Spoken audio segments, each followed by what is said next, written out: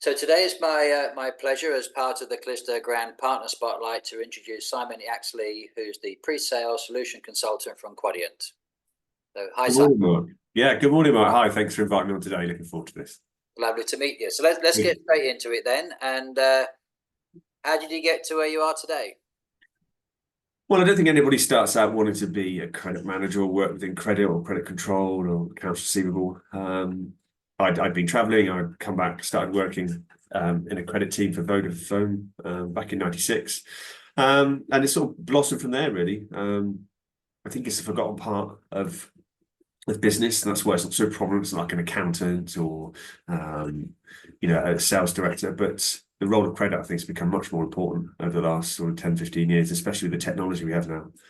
So in answer to your question, didn't know I was going to arrive here, but very happy to be here. Okay. And where does your personal drive and motivation come from? I think with my background, I've been quite lucky to work with some big companies like Vodafone, twice, Verizon. I was at BlackBerry when it was going like this, and also when it's going like this. So some great experiences, and I've always enjoyed the credit side of the business because, and it's something I've said before, the role of accounts receivable and orders to cash clerk. I think it's harder than being a salesperson, because when you're a salesperson, you have a product, you sell it, and you move on. Yes, you can have add-ons and cross sales and such like, but as an accounts receivable clerk and orders to cash, the first time you realise there's an issue is whether there's a debt. And once there's a debt on a ledger, there's usually a layer of emotion that goes with it, a frustration, can't pay or won't pay. Then you've got to unravel it all like a detective and understand where the process went wrong. Was it a sales process issue? Was it an implementation issue? Is it a credit management issue? Look to solve all that, get payment. 30 days later, it can happen again. But I think it's the ever-changing beast. It is credit and orders to cash. It's constantly challenging, and you get to see how there is the business, and you have to have your wits about you. Certainly, working in the order to cash space. Very true. I can see that you're very passionate about it, and actually, you're sharing the same sort of philosophies or beliefs that I have and Callisto has as well. It is a great career, isn't it? Like you said, it's ever changing, and there's a fantastic career to be had, absolutely. So, and then you you share your passion and the energy that you're sharing here with your teams as well. And how do you motivate your teams?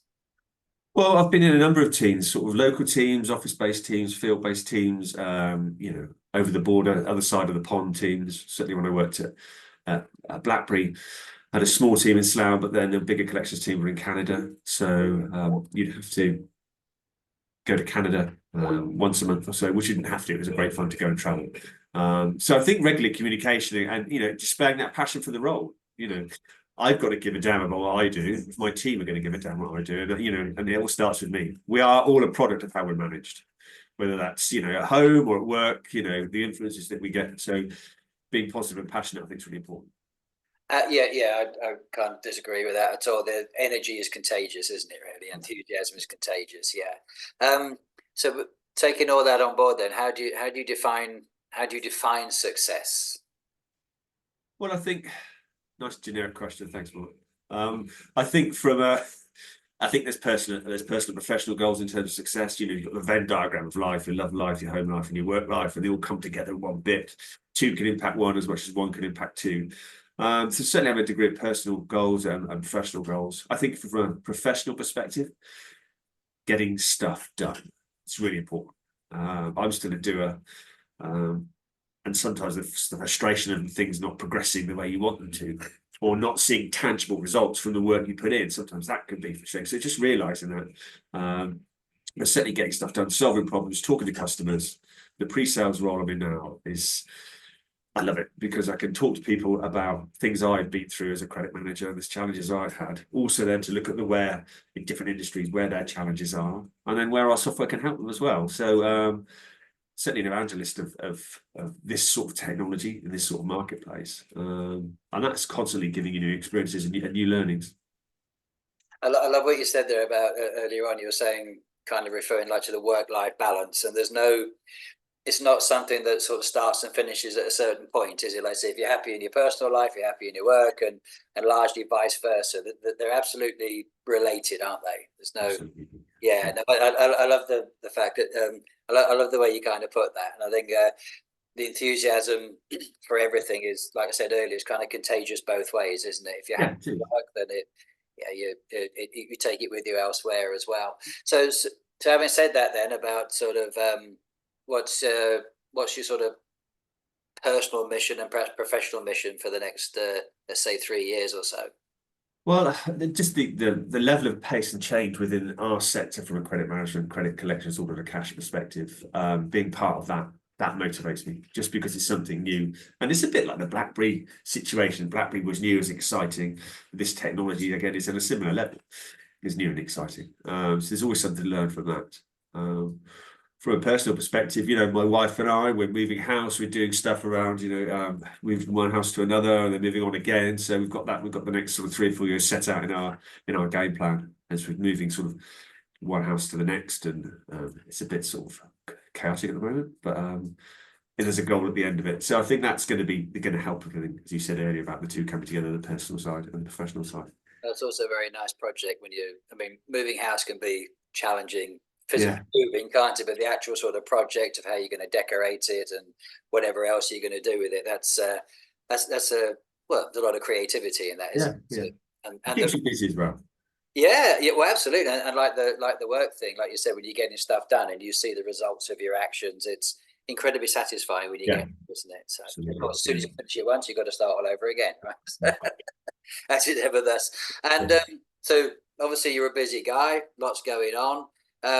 How do you kind of relax and chill out at the end of a day? Well, up until the age of about 16, I was going to be a chef, and I was planning to go to Campbell Catering College. Then at the last minute, and I can't even tell you why, Mark, I changed my mind and I went for business studies. Don't know why, but I did. So, cooking for me, I just love cooking. I'll cook, happily sit in the kitchen for 5 hours on a Sunday, cook a roast for 10 people. Just the process of it. Again, going back to what we talked about earlier, this tangible result at the end, which is very nice. My gravy is to be, to die for.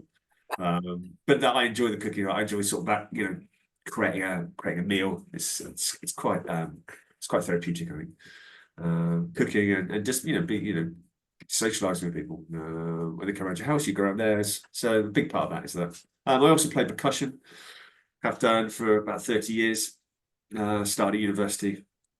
So it sounds a little bit hippie trail, but it's bongos, congos, percussion, big djembe drums. And I've got a friend who I always percussion with. He's a DJ, but he runs his own firm of accountants. A very respectable individual, but 30 years later after university, I'm still playing out with him. He's still mixing, and I'm still supporting him with percussion and live percussion. So that's a big part. And that's over 30 years we've done that together. That sounds so. So you could basically be a one-man sort of evening entertainment. You can do the cooking and then the Do the music. cooking and then come out and play some percussion for you. Yeah. Well, you never know what's going to happen in Prague. You never know. That's all I'll say. Well, I've been able to play a kitchen pot as a drum. I have been. That's happened at certain events. a couple of glasses of wine, and who knows where we're going to go. Yeah. So that was really interesting to talk to you, and more power to you. So thank you very much indeed, and we look forward to catching up with you in Prague. So thank you very much. Thanks, Mark. Great to talk to you. Thanks for the invitation. Really enjoyed it.